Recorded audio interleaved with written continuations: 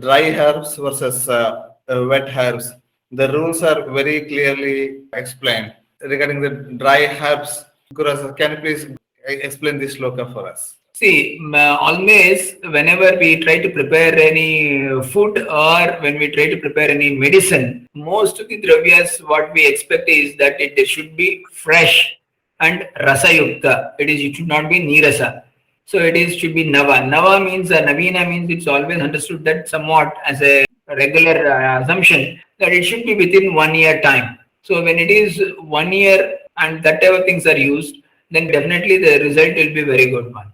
But while preparing a medicine or manufacturing a medicine, it is said that always we should take a Viryavan Dravya and Sarasayukta. It should be fresh. But there are certain exceptions like Draksha and Haritaki. They should be taken only when they are dry. So similarly, there are drugs like Vidanga, Pippali, and even the Guda, then Dhanya as well as Ajya means Grita, Makshika, honey. These are also Purana is good rather than the Nava. So that's what they said it. These are the things should be understood. So always it should be Nava, fresh one which is harvested within 1 year, last 1 year, and it should be Viryavan.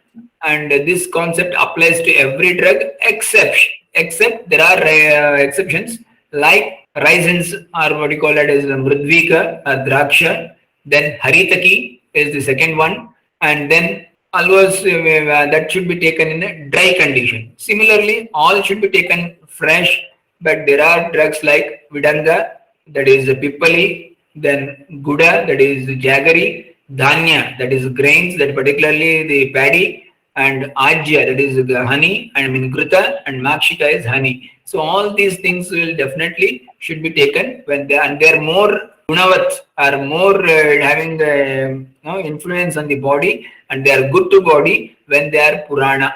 So these are the things we should understand. And probably the reason for this is, especially in these herbs and substances, the medicinal principles of phytochemicals that we say, they get condensed and they get into the therapeutical active form as they age or when they grow a little old. That is the logic, right, sir? Here, particularly, say, every drug should be taken in a fresh condition, and exceptions are there for raisins like what you call mridvika, haritaki, and even for the bilva. It is said bilva. So these three drugs are also mentioned there. But thing is, why these three drugs? Means when there is these drugs are in a fresh condition, then there will be much more moisture content and water content in that. Then the quantity of being prescribed as a medicine, if you take it, then the active ingredients may be lesser in concentration. But when they turn into dry one, then the moisture content in them is reduced. Then automatically the concentration of the active principles will increase. That may be the one reason. The other thing is, most of these things, bilwa, haritaki, and murdvika, all these things, typically they are somewhat to some extent and to the large extent, they are vichitra pratyara dravyas. Their all rasaguna viryupaka will not be in a similar lines. So that is the reason they may have behave in a exception manner. So that is also one of the reasons. Especially with the honey and grains such as rice.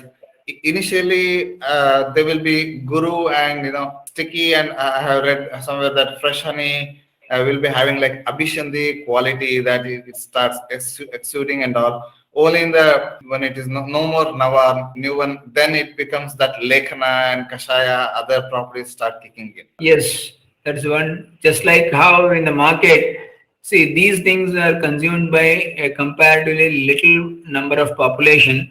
Hence, regarding this information is not popularly known to this society. So we need to understand this.